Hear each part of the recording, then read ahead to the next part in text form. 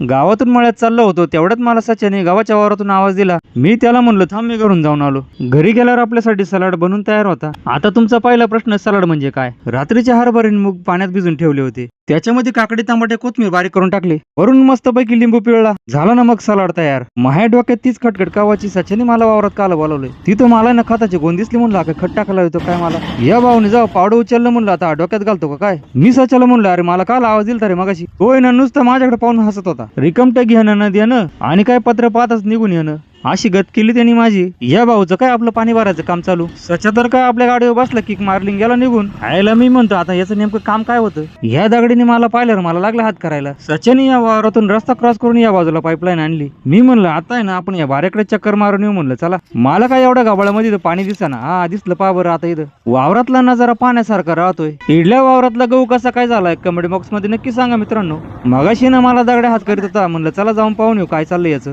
मी म्हणलं याला याने काही 90 मिनिटी मारली का काय. त्याने आपलं पेट्रोल पंपामध्ये पाणी ओतलं, पेट्रोल पंप चालू केला. जेव्हा त्यांनी पेट्रोल पंप खांद्यावर टाकला ना, निघाला ना वावरामध्ये. त्याला ना मला दाखवायचं होतं की मी पेट्रोल पंपाने कसं फवारितो. कांद्याच्या वावरामध्ये घुसल्यावर त्याने नुसता धुराडच केला.